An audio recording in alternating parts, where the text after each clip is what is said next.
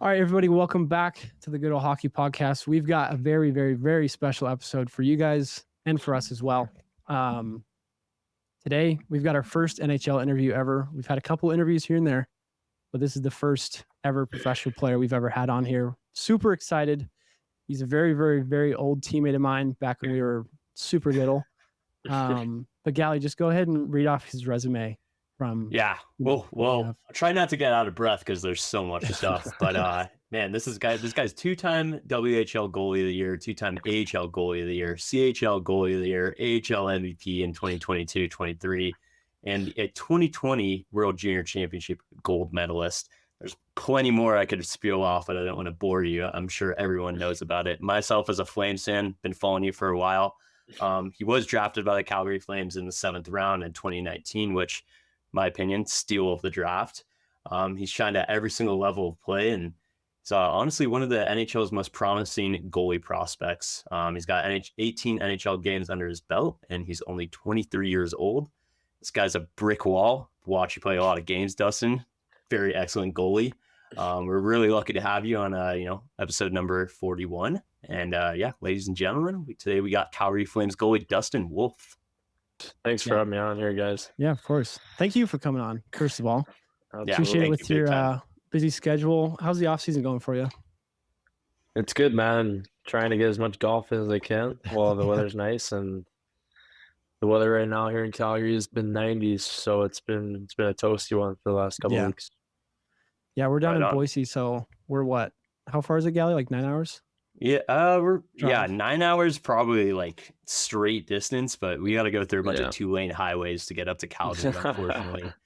Yeah, man. Did you hit up the Stampede last week or weeks before? I did. I went to the rodeo, hit the grounds for one day. It's an absolute zoo out there, so it's kind big of time. One day, and you're good for a year, right? It's crazy, but I've hit the tents a couple times, see some good shows, and you know what, they take good care of us out there, so it's always good to enjoy it. Yeah. Who's your favorite artist you've seen there? Let's see.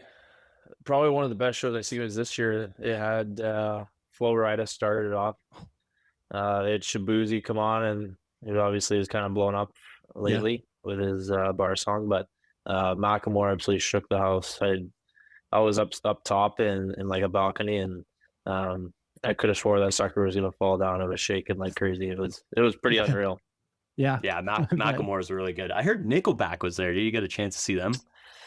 I didn't. He was at the Dome the day I got home from my buddy's wedding, but I chose to go see Flo Rida again for the last day. I probably should have went and seen Nickelback, because who knows how long those guys are going to go for. Yeah. Probably would have seen McDavid there too. I know he loves them. But all right, well, let's kind of kick it back a bit in terms of just your story. We want to give our listeners just some insight, and I haven't really seen. Is this your first podcast? Or like, how many podcasts have you done before? I've done a handful of them, but okay. Obviously we're pretty busy, so I don't get to do too many of them. All right, well, if you kind of go back a little bit, just kind of explain, just what it was like growing up in San Jose. If you had any goalies you kind of modeled your game after or anything, just how that started for you and your love of hockey. Yeah, I mean, I'm sure just like yourself, like the Sharks was the reason I got into hockey, and Nabokov was pretty much the GOAT of the Sharks at that time. And, it was pretty cool to watch him growing up, and it's even cooler now that he's been a part of the Sharks organization for a while now, and kind of cross paths with him going through the American League, playing against the Barracuda. I've seen him around the rink getting the shoot the shit, and you kind of fanboy a little bit, even though you're starting to get to the position that he was for a long time. But it's always cool to get to talk and see what those guys have to say after having long careers. Was there any like Sharks games or moments that you watched the Sharks play that stood out to you, or I guess your best memory when you're watching the Sharks play? Yeah, it's been a long time. I'd be lying if I said if I could pinpoint a single memory, but they had all the tools for so many years, and kind of the Big Joe, Little Joe. Granted, both are now officially retired, and Yeah, it sounded like Pavelski might have went back for one more year, but kind of sad he didn't get a cup after so many games and so many years. But yeah, no, it was just cool. I wish they would have been able to figure it out in the playoffs so we could have seen a cup come to San Jose. But you know what? Now I got to do everything I can to make sure that doesn't happen. yeah. Now it's a rival. 100%. I saw a photo, I think, when you made your debut with the Stanley Cup. You didn't touch it, though, I'm assuming. No, I've never touched it. Good. Yeah. Except for the one in your hand. Is that a Stanley Cup you got next to you? It is. No, it's not. It's a fake. Oh, okay. It's a I was going to say. Costco, man. Yeah, what were you going to ask? Oh, I was just going to, ask to, a lot of listeners out there don't really know too much about, California hockey. And what was it like kind of growing up playing in a non-traditional hockey market, kind of like California? I know it's gotten a lot more hype in the past decade or so, but I guess could you just tell listeners a little bit about that? Yeah, I feel like when me and Sean were growing up, there weren't as many people, like you said, and you kind of knew everyone around the rink because you were always there, and it was always the same people. It's been pretty awesome to see how much it's grown. I mean, the Sharks have like 10 rinks now. It's ridiculous. Yeah. Have you been back recently? I mean, the Barracuda play. True. Sharks, so I've been around there. Yeah. And then obviously played once at the end of the year at SAP. But yeah, it's pretty remarkable how much it's grown, and obviously it's hopefully going to get even better now that Sharks got Celebrini, and they brought in some pretty good players to surround him with, and it was pretty sad to say the least when we played at the end of the year there, and it was pretty empty after having known HP, now SAP, to be one of the loudest buildings for many years. And I'm sure give it a couple of years and it'll be right back with the personnel they've acquired. Yeah, no, I agree. I think it's definitely sad, but it makes sense. I mean, they've been rebuilding, it seems like, for ever now, but we're not talking about the Sharks here. But I had another question, just kind of like, I guess if you could kind of pinpoint a moment in time where you kind of realized that it was your time, or that you had a shot to go to the NHL. Like, when was that for you? Because I never got to that point, but I'm curious if you ever had that moment, or if you even know when that was. Yeah, I mean, when I left San Jose to go to LA, I think I was 9 or 10. My now agent had basically recruited me and said, "Hey, like, we want you to come play for our team, for our kids' team in LA." And forced off, my parents figured out a way to make that happen. And as those years went on, I think I was there for 6 years, and as those years went on, you get scouts watching you for juniors in college, and kind of once the band draft came around, and kind of had a good idea of what could happen, and yes, it did happen, where I would like to go. And I think probably around there, I was like, okay, well, if I start playing pretty well in juniors, you never know what's gonna happen. And obviously, I put up a couple good years in Everett, and we had some good teams that made some good runs in the playoffs. And big time. Anytime you win, it certainly helps your stock. Yeah. So I know there's a lot of people in California here in Boise and all over the place, to be honest. Was there any sort of culture shocks going down from Northern California to Southern California? I know you were only 10 years old, but did you notice anything in specific that was different about LA? I mean, you're going from the Silicon Valley to Hollywood, basically. Everything is significantly more expensive. Granted, I didn't have to worry about that at the time. Yeah. My parents are probably hurting from those years, but no, I mean, at that age, all you focused on was school and hockey. I switched to online school to be able to kind of make the transition going to Southern California in order to get the right training on the ice that I needed. And obviously it was pretty beneficial at that time. And but I mean, at the time, all you focused on was skating and school and hopefully getting good grades. yeah, not totally. All right, let's kind of transition to juniors then too. What was that like, or how did that whole happen with you getting drafted to the WHL? Like, could you kind of explain that or walk into that? Yeah, basically as a U.S. born kid, the stereotypical thing is you're gonna go college.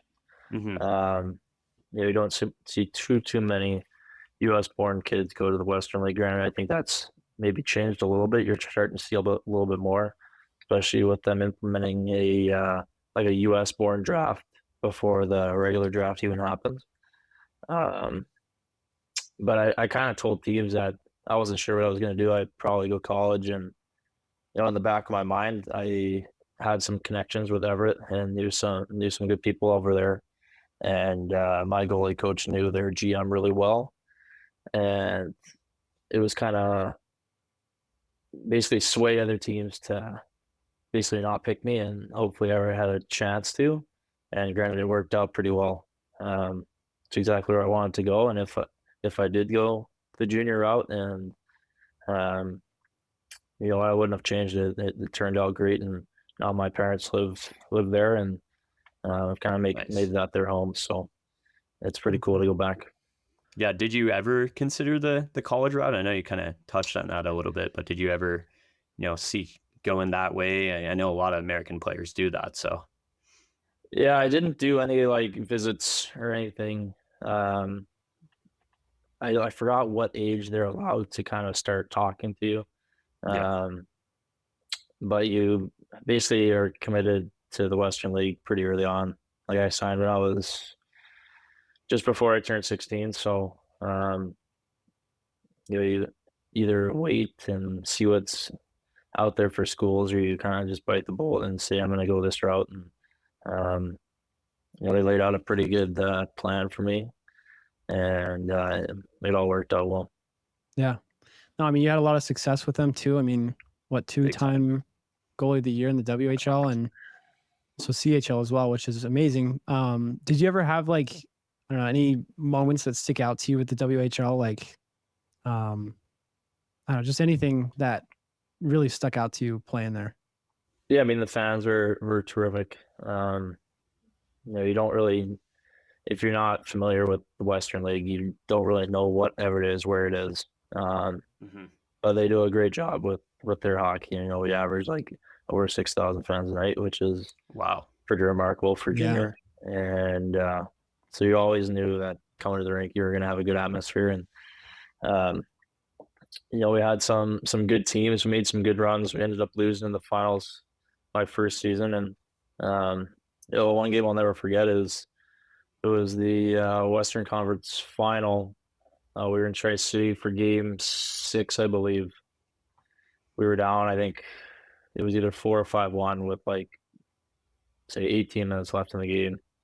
And I was obviously wasn't playing because Hart had the net, and he ended up burying a guy at the faceoff dot before the play even started.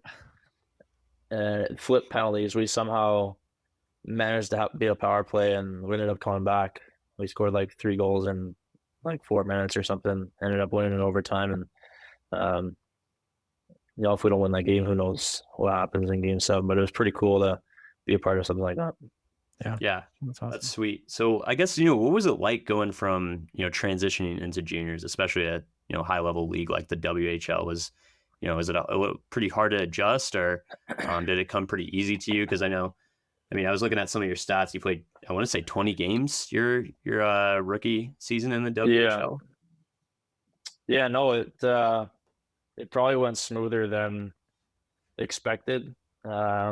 I was just coming off double hip surgery in the summer. Oh, wow. So I missed the first, I think, month and a half of the season. And obviously my first couple of games went probably better than ever expected, and that kind of set the tone for the rest of the year. And once Hart went away for World Juniors, I put a ton of games and kind of found my groove a bit. And whenever I got to play the rest of the year, we had a really good team, so there was we weren't losing too many hockey games. And it's always fun. Yeah, exactly. When you're winning, there's nothing ever bad. So no, I definitely kind of just set the tone, and Sweet. It was nice to be able to play a whole heck of a lot of games for the next couple of years. Yeah, that's awesome. Well, could you kind of talk us a little bit about just winning gold with the World Juniors in Czech Republic too? Like, how was that? Just that atmosphere, the team you were with? Yeah, we ended up losing in the quarters in the Czech, actually. Interesting place. We won in the bubble. Okay. The year after. No, you're good. But the Czech is an interesting place for sure. We were in Ostrava, and you know what? Being, I don't know how old I was probably 18 at the time, and all you go do there is play hockey. But I'd never been out of the country, and it takes you 25 hours to get there or whatever with travel, and wow, it's ridiculous. Like we flew from Detroit. It was like 8 or 9 hours to one place, and you have a layover. Then it's another like few hours, and you bus like 3 or 4 hours. Just like the different cultures of foods and the way they structure their hotels. Like me and my roommate were in like a shoebox for a room, and I only played one game there, but just being in that atmosphere was just, European fans or something else. Did you guys have AC in your dorms? Because I know a lot of places don't have AC, and that was like I've been over to Prague before, and it was brutal, the heat. Yeah, it's granted it was the winter, so thankfully it wasn't too hot. But true. If you transition to the bubble, we were staying at the where were we staying at? It's an older hotel. Granted, Hockey Canada was given the J-Dub Marriott, so they were living in luxury. But yeah, our hotels, like the heat or AC like barely worked. It was very interesting with the bubble. Like you showed up, you were locked in your room for 4 days, couldn't leave your room. Jeez. Like the food just gets delivered to your door, and they basically had a wristband on you. So like if you left the door, you were like out of the tournament. Like they'd kick you out. That is nuts. It was crazy how strict they were. A roommate, right? No, we were all solo at that point. Oh my gosh, that's brutal. We'd do like a bunch of Zoom calls and whatnot, but you're basically just sitting in a room for 4 days, filling your thumbs, trying to figure out what to do. Yeah, play video game, anything? I don't even think we brought the. I might have brought the Xbox. I had to have, or else I'm not sure what I would have done. Watch movies, I guess. Like, I can't really. That's cool. Yeah, but no, it was pretty cool. Obviously, I would have liked to have seen us win with fans. Playing Canada and the gold medal would have been pretty electric, I would presume, especially in Edmonton. That's a pretty big hockey town, as you all know. So, no, but anytime you get a chance to win a goal, you're not going to complain. Yeah, not a big fan of Edmonton as a Flames fan.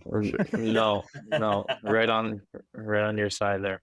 Just spinning back to the WHL, I know you won many different awards with them. Did you ever feel like you kind of dominated the league, or that you were ready for the pros? Yeah, I think like after you get drafted, I feel like after you get drafted, you come back to the Western League and you feel like you have maybe a leg up on a lot of players in terms of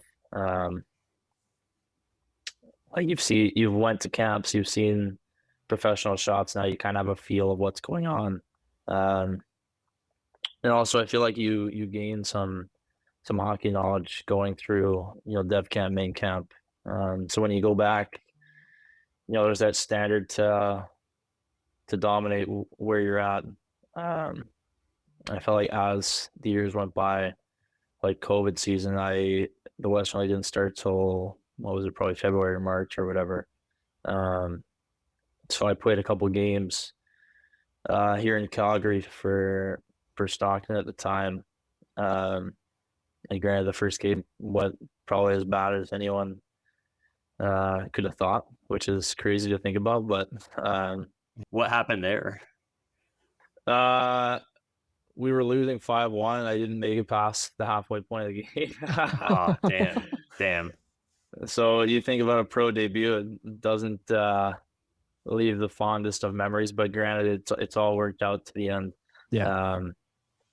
No, but after playing a few games and being in that pro environment, and coming back to the Western League, it certainly slows down. And I came back and had a really good start. I think I had 3 shutouts in a row. Wow. So it felt like basically I was on top of the world.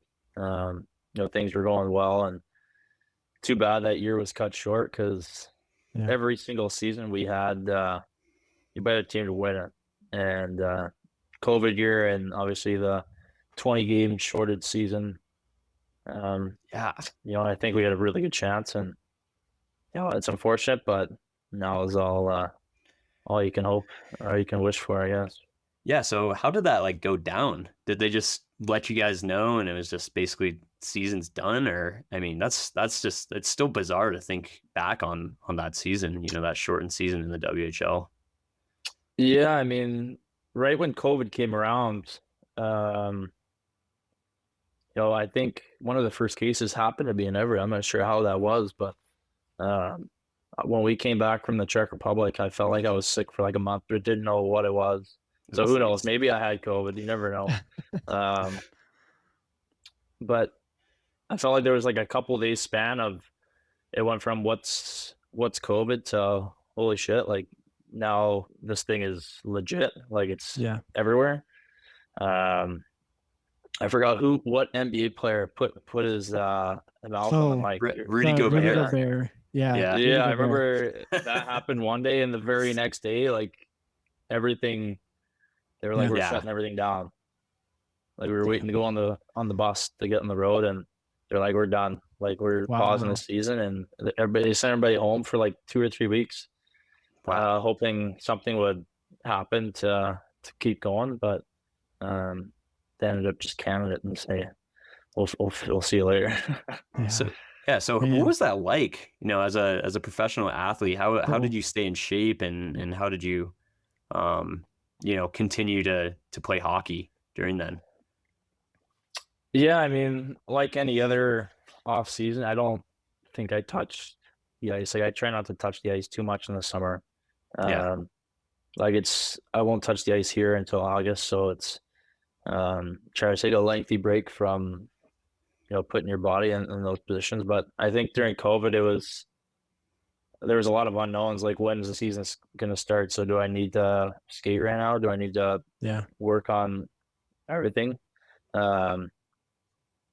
I'm trying to think. I went to I think once I started getting back into basically shape, there was some cool things. One of the gyms that I went to had a one of those slide boards, but it was an octagon, so you could mess around, do wheelies on it. It was crazy. That's sweet. So I did that for a while, and felt like that was pretty handy. I did a lot of virtual workouts and reconnected with some old people to help me out. And I spent a couple months down in Stockton with the goalie coach at the time, who is now the goalie coach of the Sharks. So he did a good job to get promoted for that. But I went and lived with his family for 2.5, 3 months. We'd work out and skate, and we did a lot of we played a lot of basketball in the hood, and it was pretty cool. I mean, not something you would normally get to do. But granted the circumstance, we tried to make the best of it. And I remember, I think it was probably August, September maybe.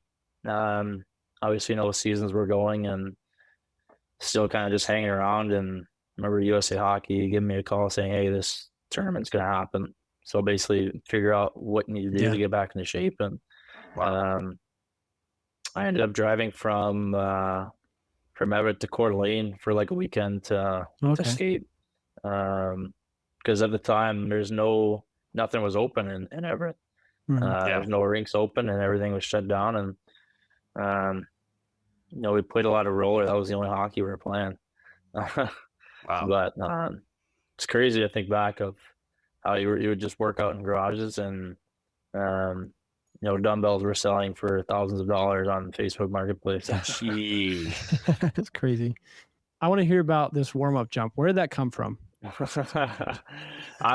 Your guess is as good as mine, man. I don't know where it came from. I didn't start it till my last year in Everett, which was the shortened COVID season, and it just kind of came out of nowhere. It's kind of transitioned into the I like to call it like the jump for joy. It's you get to play hockey, the sport you love, and especially being at the highest level, you want to enjoy it. And it's pretty cool to see people sending me videos of their kids doing it. And, that's awesome. It's just something that people can relate to and have fun with. So is that kind of like your rhythm now? Do you do that before every single game, and do you never miss a beat with that jump? I do it every period, and something might change at some point, but for the time being, it's something that I enjoy, and I know the media people certainly enjoy it too. Oh yeah, I know. Last year when we were doing all the Flames preseason media shoots, that's all they cared about. They wanted clips of me doing jumps. So yeah, and now we're doing it. Sure. Yeah, exactly. So it's all in good fun. Yeah. Did you how would you describe yourself just in the locker room, I guess? Because I know from my past, with goalies, you have these two spectrums of goalies. They're either super silent and just locked in the locker room, or they're psychopaths in the locker room just going crazy. Do you fall on either side of those, or are you more in between? Where are you at? Yeah, I feel like it depends on the scenario. I like to be one that's kind of chatty and likes to engage with people. And granted, if I have the headphones on, you're probably not hearing a whole lot from me. Yeah. But I mean, it's where I'm in a position where I get, like I said, I get to do what I love. I get to be at the highest level. I get to be around people that have been in the league for so many years, and time flies. So I try to take in as much as I can and shoot the shit and just enjoy the guys. And it's crazy what scenario I'm in. You never would have believed that a kid from the Bay Area would be in this position. And granted, there's two of us here now in Calgary, so it's just pretty cool. I like to try to engage and enjoy it. Yeah. What's on your pregame playlist? There's a whole lot of stuff on there. You got a little bit of Nickelback on there. You got some some pop. You got some EDM. I haven't added anything, but Post Malone's I love Post Malone. Oh yeah. Just I like anything that'll get me kind of fired up, and I think it's got a good beat to it, really. Yeah. I actually have done this before. We record a podcast, I'll listen to Burn It to the Ground by Nickelback. It gets my heart going, and I know I'm ready to, go in all energy. But that's awesome. Nickelback's a good one. It's a great song. Yeah. Yeah. I remember it from, was it one of the Cho? I feel like it was. I can't remember. They had to have been in there for sure. Yeah. All right. Well, I know we kind of went through, juniors, early career. Talk to us about draft night. How was that? Just that experience of, that whole week. Yeah, it was nice. I only had to drive, an hour and a half, 2 hours to Vancouver.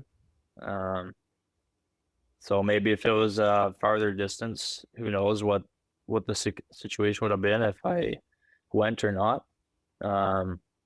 Granted, I was projected to go a lot higher than where I ended up. Yeah. So I ended up going to day one to see a lot of guys that I've known through playing, tournaments and stuff.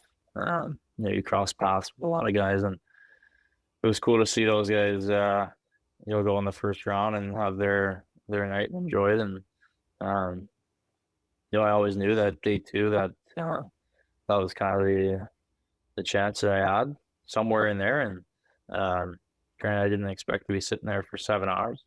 Yeah. But it was pretty crazy how, like, I think I was projected to be like between round 3 and 5. So as round 3 started to come and it started to go, you're kind of questioning what's going on. 4 goes by and you're starting to get a little worried. And as 5 and 6 pass, you're like, what the heck is going on right now? Yeah, big time. Like I had a really good year in Everett, and everybody's just overlooking it because of strictly height. And it was funny. My agent's French, and I remember him bringing up a couple staff members from different teams to the concourse and would pull me aside and be like, "Hey, this guy isn't that short. Granted, I'm not 6'5", but like, wow, I still can get the job done." And yeah, no kidding. He was yelling in French, and it was hilarious. But I was on the concourse and just happened to go sit back down for the last couple picks, and you know what, I wouldn't have changed for the world. It was pretty cool to be one of the last ones selected, and obviously I had a lot of family there, and there were a bunch of fans from Everett who made the trek too. So when my name did get called, there was a pretty large commotion in the arena, and that's cool.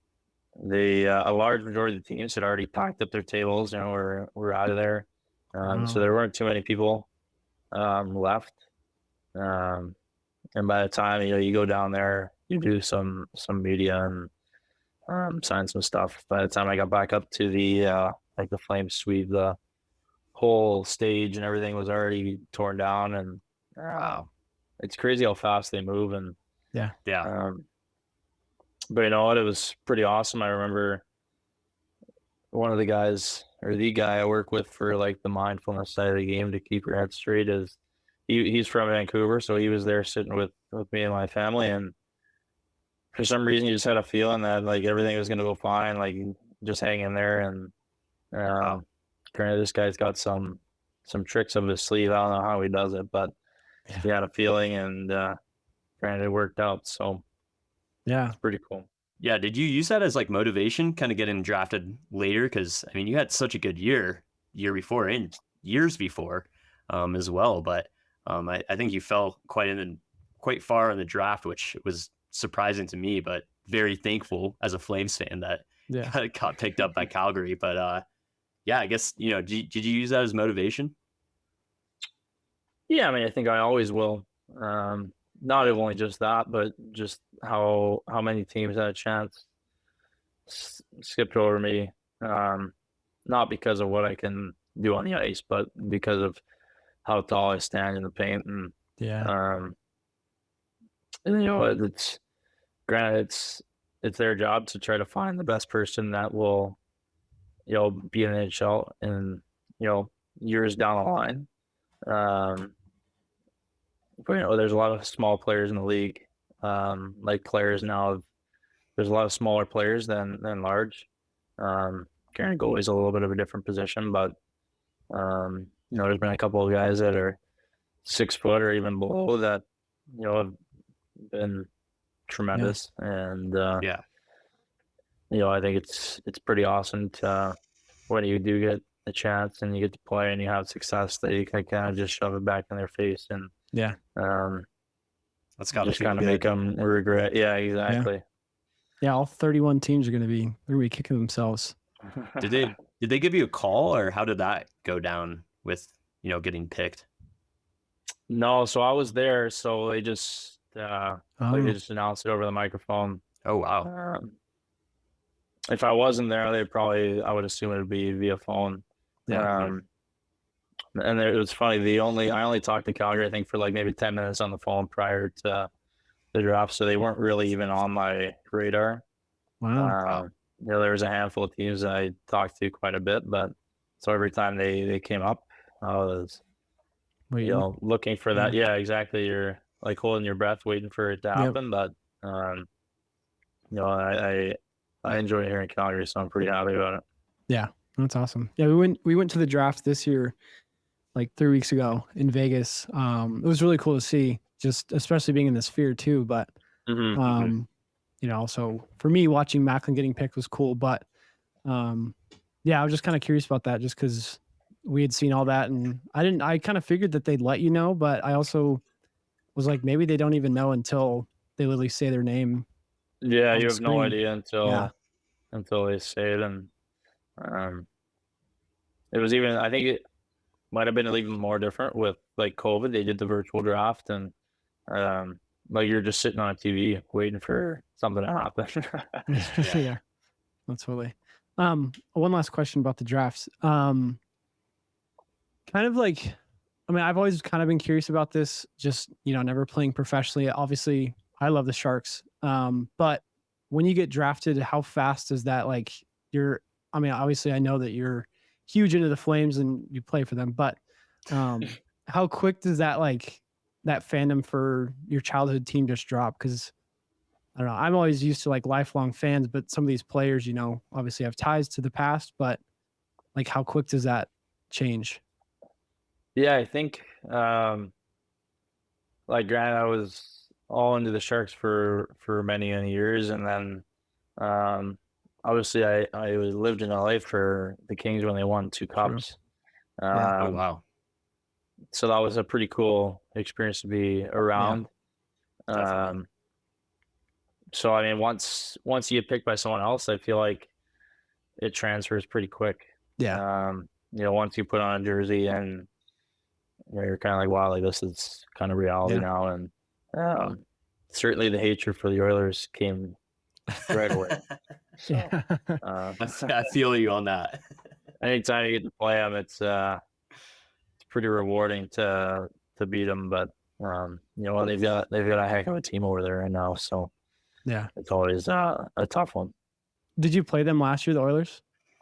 I didn't play them. No. I seen it firsthand from the bench, and I tell you what, that stuff is that power play is something else. Yeah. Does that rivalry kind of carry over to the AHL as well? I'd say a little bit, but it's not anything like the Battle of Alberta by any means. I think one of the biggest rivals we've had the last 2 years is probably Coachella. Coachella or Abbotsford, those are probably the 2 biggest rivals we've had. Abbotsford obviously being probably the closest team to us. And we've played playoff series against them 2 years ago, and then Coachella last 2 years. Coachella knocked us out twice, unfortunately. But there's a lot of hatred towards Coachella, and it would have been nice to give it back to them, but props to them. They did a heck of a squad. So, been drafted, playing with Everett. How did that contract go? Like, was that in-person thing? They phone you up, they walk. I've seen the photos. I remember on Instagram when you signed those papers. I'm assuming you were at home, but how was that whole process with just signing that initial contract? Yeah, when I signed it, when I signed with Everett, they did a full-on press release, which was pretty cool. They made a pretty big deal out of it, so I happened to be there for a week, kind of seeing what it was like, and they did a whole staged media thing and did a whole video, and that was pretty cool. It was a little different for the NHL. They basically just, your agent is negotiating with what's going on. Granted, my agents are negotiating right now for my new contract, and I was gonna say that. So they basically just call you, say, hey, this is probably the best what you've got, and it was during COVID, so I just you sign at your house, you ship it off, and at that time you got signing bonus, so it was pretty nice to see some money coming to the bank. But big time. No, but it's always rewarding to put the pen to the paper. Yeah, definitely. So I know, obviously you kind of bounced around Everett in the AHL during the COVID year. Did you ever play in Stockton at all? I did. I played a full year in Stockton. Thankfully it was, I survived. Yeah, I've heard some stories from that. What was Stockton like? No, it was interesting to say the least. They had there were the diehards that would go to every game, but other than that, there was almost no people in the stands. Maybe a couple of thousand, Damn. maybe 1,000. Wow. I mean, it's just not a big hockey town. Yeah. But it was nice to be in California and be somewhat close to home, right? Yeah. But I mean, it served its purpose. We had a really good team. We ended up going to the conference finals and lost to Chicago. But there were some pretty funny stories where I don't know who we were playing, but it was kind of an open concourse on one end of the rink, and they set up a boxing ring. They had boxing matches in between the periods. No way. So, like, we'd play a period, and then there would be like a full-on boxing match, like on the concourse during the intermissions. That's like something I've never seen before. No. That's insane. And then like the Diaz brothers are from there, right? Like they're pretty big. Yeah. So I think it was like Nate Diaz boxing gym, like they were part of it.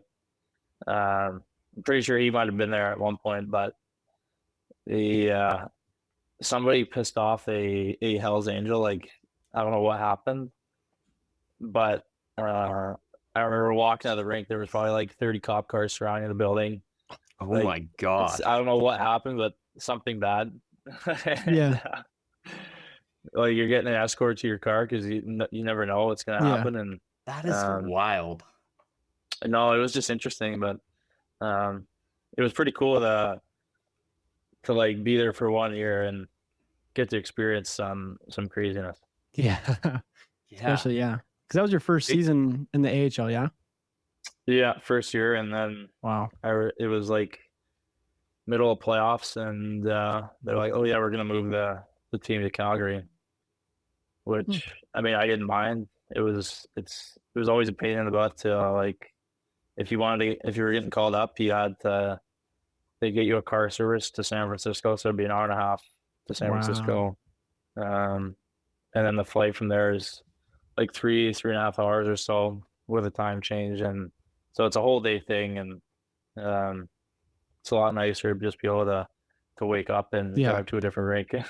Yeah, I was always baffled with San Jose and how they had the Worcester Sharks in Massachusetts. Yeah. I was like, why is this even a thing? Like, and obviously now they're in San Jose, but yeah, that's crazy. I love that about Stockton. I played a couple tournaments there, and not the same experience, but I had some interesting encounters there.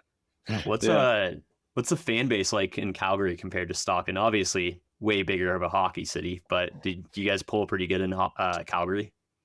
Yeah, it was pretty good, and like for the Wranglers, it would depend on what day. Like if it was a weekday, it'd be pretty empty, probably only 1,000 or so, maybe 2. But like if you got on like a Friday night, Saturday night against like Abbotsford or something, like there would probably be like 6, 7, 8,000 people. Wow, that's pretty cool. And granted, in the Saddle Dome, like it looks like there's nobody there because it's a 20,000 seater, right? But I mean, with the Flames, it's pretty awesome. I don't know if we sold out much last year, but still like 19,000. It's pretty remarkable, and pretty cool to be in the old dome for a couple more years before they tear it down. Yeah, man, I've gone to quite a few games up there. I'm originally from Montana, so we drive up there for hockey tournaments, catch a Flames game, or just go up there for Flames games in general. But yeah, it's sad that the dome is coming down. What's it like playing in that place? Is it pretty old or outdated or? It is outdated. Like our facilities probably aren't as nice as most. But I mean, it feels very homey in there. It's a very like dull lighting, and like if you compare like the Saddle Dome to like Edmonton, it's like waking up in the morning compared to like going to sleep at night. Like it's pretty dark. But you know what? Ever since I've started playing there, like it just feels like you're at home, and there's like a big comfort level, and you know it's the organization takes really good care of us. So pretty much anything we need, it's a special place to be, I think. All right. Well, we got through it. Let's hear about the NHL. How was that? I mean, I remember, at least with my family group chat, like when we got the notification that you were going to be playing against San Jose too, like such a cool moment. And then seeing your mom and dad on TV, I remember telling my friends, I'm like, I know that guy. I played hockey with him when I was little. But how was that like first game? Just if you could describe that day to us, and getting called up to that phone call. Yeah, it was awesome. I know. Trying to think of what day it was. I think it was the day before. I don't know if something had happened, or there might have been like rumblings of, because we were out of the playoffs. We had just got knocked out. I think the Flames had just got knocked out. So, kind of rumblings of there might be a chance, and obviously being against the Sharks, you kind of have it like, when that day's coming. So I had found out basically before we went out to practice for the Wranglers, and so I kind of had all day the day before, and obviously the day of game. And I mean, you're just kind of sitting there like, how is this happening? Yeah. You've worked so hard to get here, and now it's finally gonna happen. And Daryl Sutter gave me a call the night before, just saying, hey, you deserve this. Like, happy to see you, excited to see you play tomorrow. And it was the last game of the year, so yeah, everybody was pretty like we were out of the playoffs. But myself and Matt Coronado, we got to play our first games together. And I remember my parents flew in. I think they might have flew in the night before. So I saw him in the morning of the day of the game, and the Flames decked him out pretty well. That's awesome. Most of the time that's sweet. Like, you see the camera of the parents just like in the crowd, and they basically put him in the owner's suite and took good care of him. And next thing I know, they got like bags of merchandise coming home with them, and that's awesome. So they took really good care of him, and obviously the game went pretty well. I was kind of shitting my pants for the first 30 minutes of it. You like to think that it's just hockey, but you're kind of shaking your boots a bit until you get comfortable. And we kind of dominated that game, and there wasn't a whole lot of action. I think the shots were like 50-20 or something. Like, it was ridiculous. Sounds like a Sharks game. Yeah. And granted, it was only like, we were losing at one point. I think it was 1-0 for like the first half of the game until we started making a comeback. But you remember who scored? Do you remember who scored on you? Noah Gregor scored. Yeah, that's shitty rebound. I gave up a shitty rebound right to him. And no, but it was pretty cool. I played my first game. Matt played his first game, and then Zadorov had a hat trick. So it was kind of like there was a whole lot of stuff going on. And I remember that game. It was it's a good way to end it for Flames fans, for sure. Yeah. And then you went back into the AHL playoffs after that, correct? Mm-hmm. Yeah, I flew right back there, and I think we were playing. I think we played Abbotsford first. We had a bye week, so like if you finish first in your division, you get a bye to the second round. So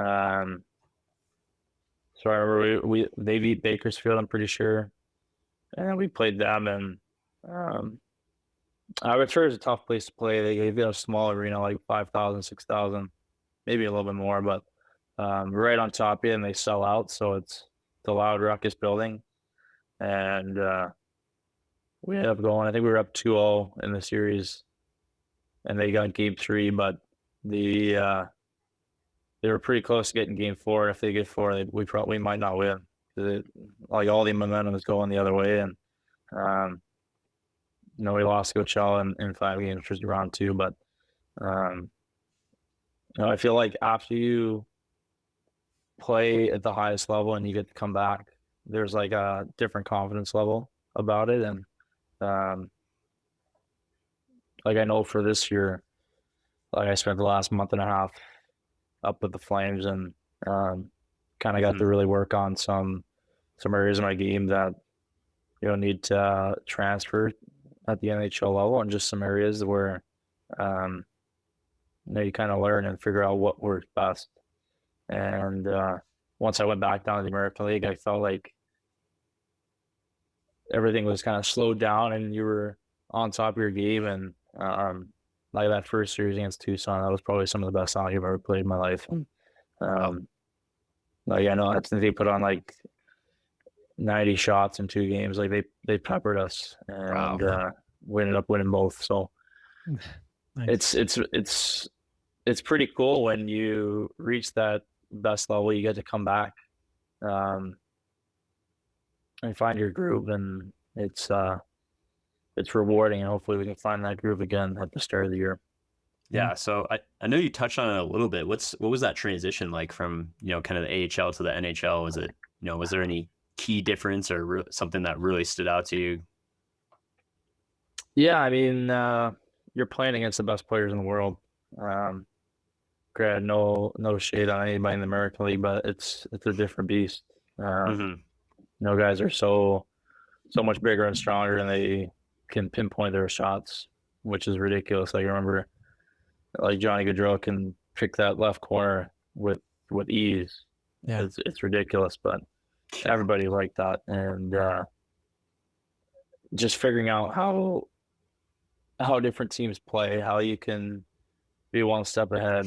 And granted, there were some games where I wasn't at my best, and it kind of, I'd rather have games early on where you're not happy with it, but you can learn from it and come back better the next game. And kind of throughout the season, it's tough when you're up and down because there's an adjustment period for sure. Like speed wise, and guys are so good at the net front.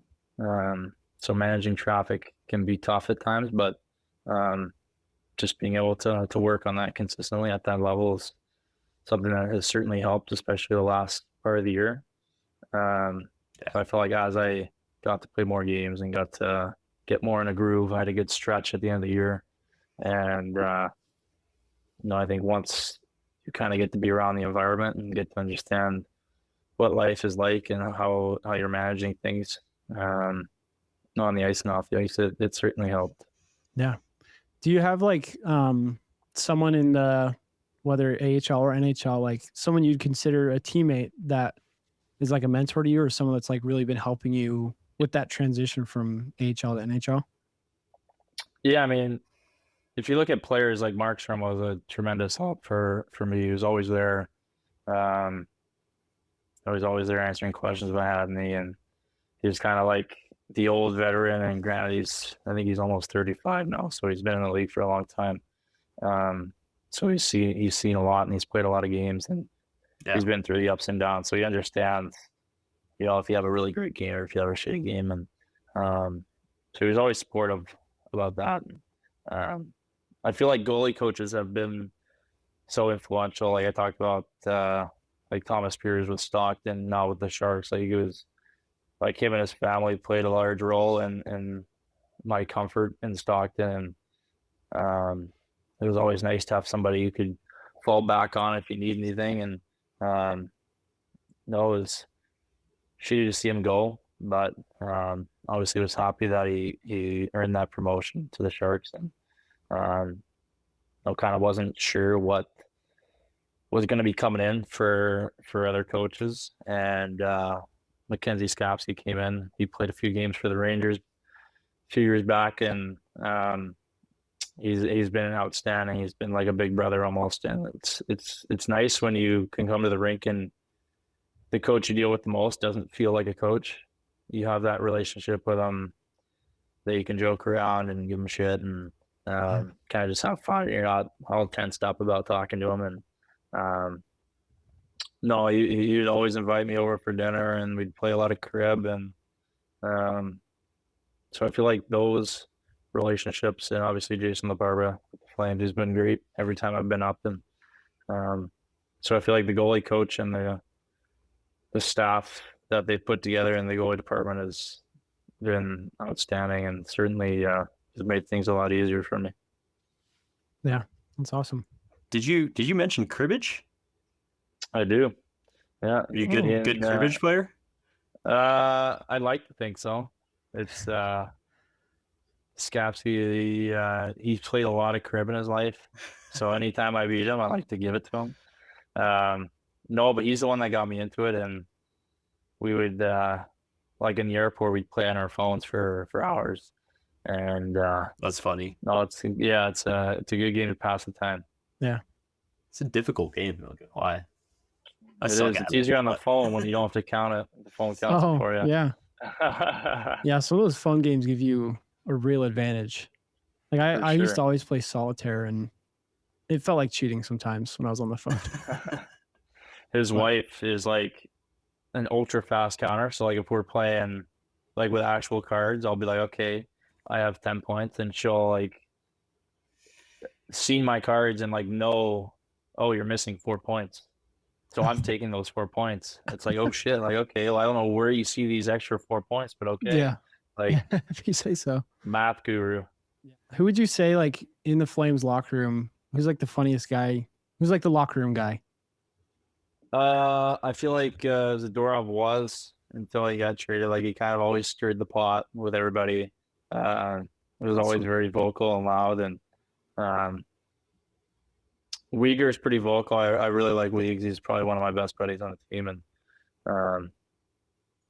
I know like Nas can speak up too. He's not. I don't know if he's the most vocal, but he's kind of in it. Like he's a veteran. He's the captain with us, so like he's obviously engaged with everything's going on. But I don't know if there's a big like that guy is doing something, you know what I mean? Yeah. Like, yeah, I know like Vladar he can be funny times. He can be a funny time too. And any of the like the Russians, they like to get after it and enjoy themselves. And it's fun to like be around those guys because they're all positive energy and they enjoy each other's company. And there's no bad eggs in there whatsoever. And that's pretty awesome to have. That is, yeah. So what's it like playing in kind of a hockey crazy city like Calgary? And I guess, do you ever get recognized when you're walking through the streets or, fans? Yeah, it's a Canadian market is awesome to be a part of. And, they eat, sleep, and breathe hockey. So it's anywhere you go, like it's tough for me to, and granted, I've only played a few games, so I'm not even like really big household name whatsoever, but it's hard for me to go places without like people asking me for photos and whatnot, which I mean is cool to an extent, right? It's you've worked so hard to get to the point where people recognize you and they like what you do. I've seen like some people, they just tell stories of like people asking for crazy signatures. Have you had anything yet that like is like just an interesting fan interaction that you're just like walked away with being confused? There's certainly some interesting ones. Like I've signed a couple Pringle cans, like Pringle cans. I think I've signed some like beans, like something stupid. I know I've any Zin cans. I don't know if there's got to be one for sure. There's got to be one. I think funny. I've signed somebody's kid. I'm like, why am I signing your kid? Like what is going on right now? Yeah. No, I think I signed a lady's arm like a couple months ago, and she said she was gonna get it tattooed, and I was like, wow, like I better make this sure this is good. That's hilarious. But no, if she actually did that, I like props to her. That's pretty remarkable. And yeah, no, that's probably awesome. The first. Sounds like Flames fans. Pretty diehard. Exactly. Yeah. Now I have this Zin can right here behind me. That was did you see that video of Bedard going around of him trying to get the Zin can signed, or is that the draft? I don't know if I've seen it. I posted that because I was at the draft. I tried to get him to sign it and he just like ignored me completely. But I got Ryan Leonard to sign it and Zachary Benson as well.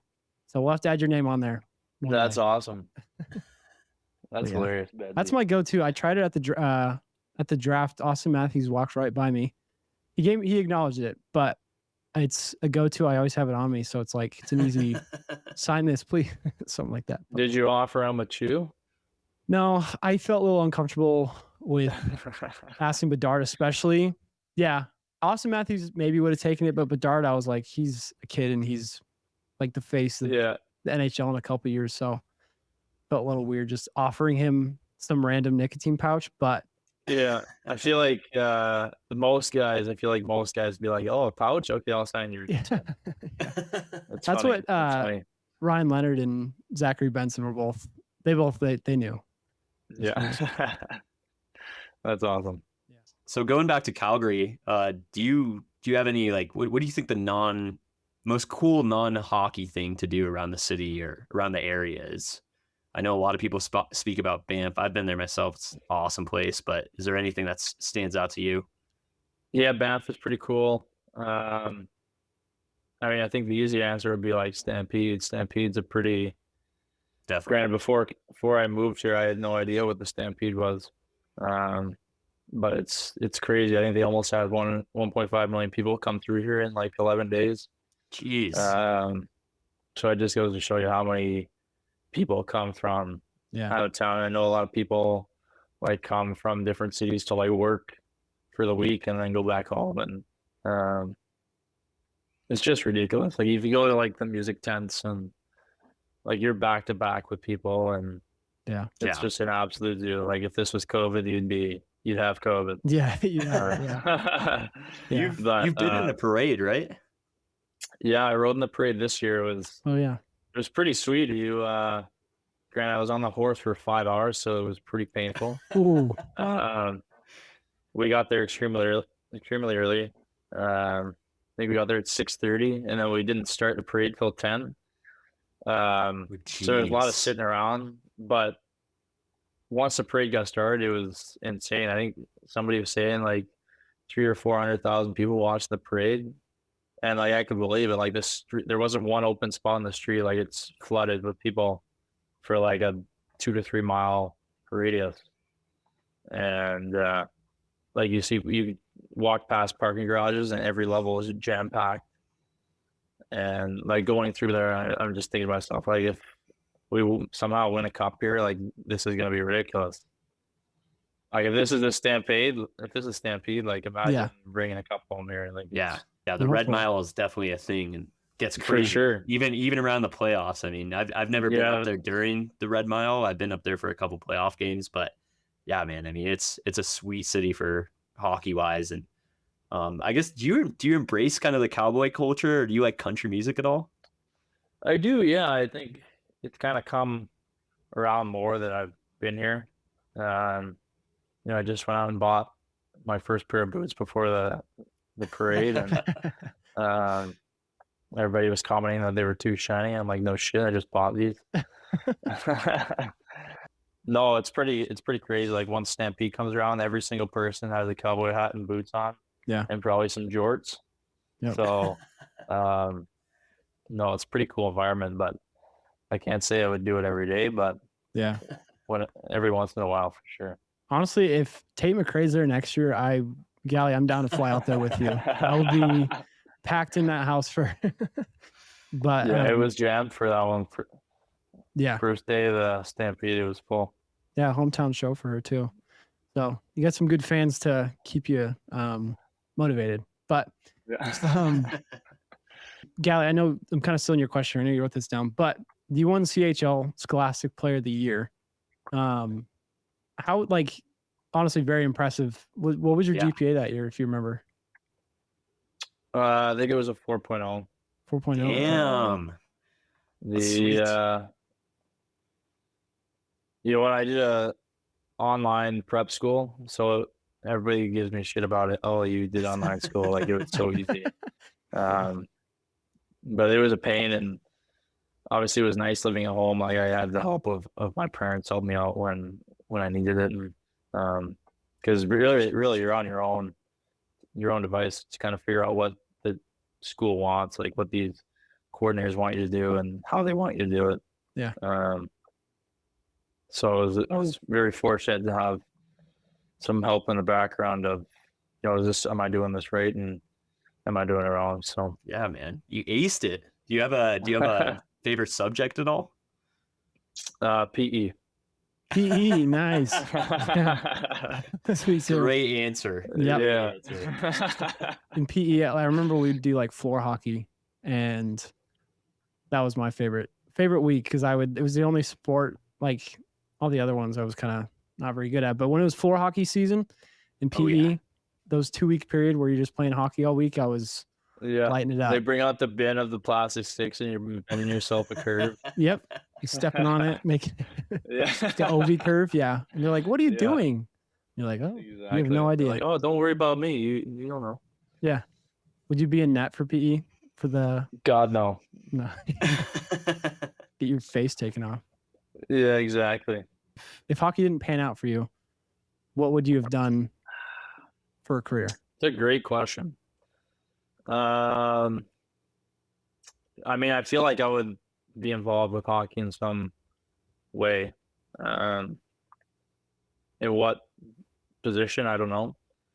I feel like I have a pretty good mind for like managing. Like I feel like I'm pretty well ingrained in like salary caps and that sort of stuff. But like even though I feel like I know a lot, there's so much that I don't know. Like there's so many ins and outs and rules and ways to get around things, and like I'm still learning, and I don't know how everybody knows everything. Granted, I'm surprised there's not more GMs that make mistakes. But granted, they have a lot of people that make sure they don't make those mistakes. So yeah. No, I've done some coaching like with some kids, over the years, and I feel like I'd be okay at that, but I feel like more of a management position would have been something in the cards. Yeah. Could be afterwards too. After your anything come to mind that's outside of hockey?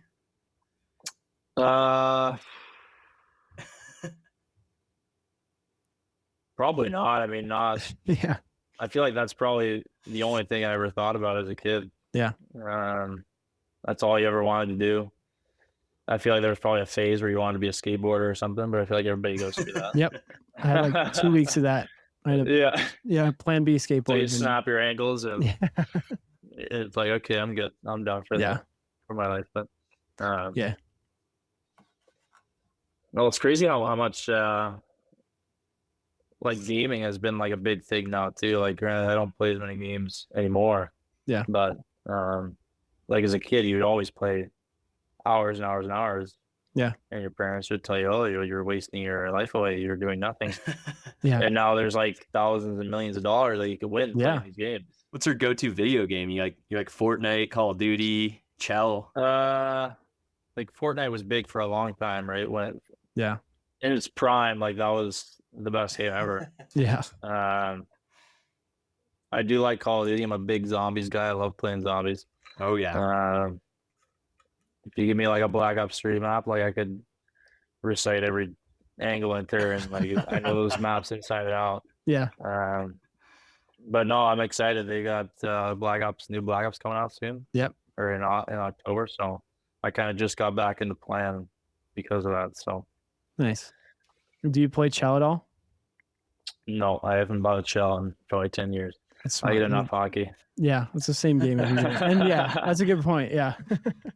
Because I play Chell a lot. I do the franchise mode because I think I was destined to be a GM in my past life. Fair enough. Yeah, I know every team I've rebuilt, I always trade for you because I know, like, I have a connection. I'm like, I know this guy. He's my young goalie who I can build a team around. So, that's awesome. Hopefully, I'm doing you okay. Yeah, you've won a couple cups for me, so pat yourself on the back. Yeah. Yeah. All right. Well, anything else, Gally, before? Because I kind of want to ask about this next season and how excited you are, or just any. Yeah. Do you have any any cool goals coming up for this year, or just let us know your thoughts on this upcoming season. Yeah, it's going to be an exciting year. I think like the opportunities there to play games, and the last 2 years it's been like Marky's played a lot of games, and as he should, he's a starter in this league and one of the best for sure. And I was fortunate enough to get to play some games last year, just simply because there were some injuries, and now the opportunity has presented itself to, get my foot in the door and play some more games and be there consistently. And now it's about earning it, and when I get the stick, to try to run with it. And obviously our team isn't probably on paper as good as a lot of teams, but we have a lot of good pieces, and I think we have a chance to squeak into the playoffs, but for sure. And but I just want to try to establish myself and get in the groove. And at the end of the day, you're still trying to prove people wrong that you deserve to play there. So. Yeah, man. As a Flames fan, and whole Flames fan base is behind you, man. We want to see you be playing games, and I'm real excited to watch you play this year. No, I appreciate that. It's pretty awesome to have people coming up and that they want a picture or something, that they say they're excited to see me play, and obviously that boosts the confidence. And at the end of the day, you want to do the best by them and try to win as many games. And the end goal is obviously a cup, and that might be a few years away, but you know what? Take it one game at a time and see what happens. Yeah, it's a process. Bring it back to Calgary. For sure. Yeah. That's awesome, man. All right. Well, thank you so much. Goalie, do you have anything else for him before we kick it out of here? Oh, man, I just want to say, thank you for coming on. I think your story is very incredible. I feel like it's very different than a lot of other NHL players, NHL goalies. I feel like you're underdog and you really shine at a lot of levels. So just want to say thank you so much. And as Calgary Flames fan, I'm rooting for you, man. I'm so stoked you're with our organization, and you're a fan favorite here. Stoked to see you play in this upcoming year and many years to come. No, I appreciate it. I'm glad me and Sean could reconnect. It's been a while, and I kind of, he asked me like 6 months ago. I totally get it. I was like, I was telling Goalie, I was like, man, he can't this month, but I was like, you know what? He's playing in the freaking NHL, so we're sitting back twiddling our thumbs, but we understand how busy it was, but I appreciate it because I know, how valuable time is, and especially when you don't got a lot of it for free stuff. But yeah, I really appreciate it. Good talking to you as well. I'm sure we'll connect again in the future with everything. Sure. But we're trying to take this stuff pretty far. Having a lot of fun with it. This is our first season with it, so we've been doing a lot of stuff, a lot of learning. Making Oilers fans mad. Yep. Yeah. Instagram, we kind of targeted them. I mean, I'm obviously, as a Sharks fan, I don't give a shit what they think, but Goalie, obviously, I had to kind of back him and ride his tail on that and kind of throw some jabs at them too. So definitely sharing the hate with them. But Dustin, do you have anything that you want to shout out or give anyone props or anything like that? No, man, just glad we got to connect, and it's awesome to see you putting together cool podcasts and stuff. And podcasts can blow up pretty quick. Yeah, good connections, and been a handful, and they've all done pretty well. So hopefully this helps you, and no, it will get in good places. So you never need anything from me. Yeah, no, awesome. All right, guys. Well, thank you for listening today. If you guys want to go follow Dustin, if you're not already, his handle is on Instagram. Is it what is it? I think it's just Wolfie2332. 2332. So go follow him. If you're not following us on Instagram, go follow it right now. If you found us randomly, because you like Dustin, follow us, because we got a Flames fan right there above me. Big time. You'll enjoy it a lot. But with that, we'll see you guys in a couple of weeks. We'll probably be breaking down a recap of the year, the crazy season that we had. So we'll be looking forward, and we'll see you guys on the next one.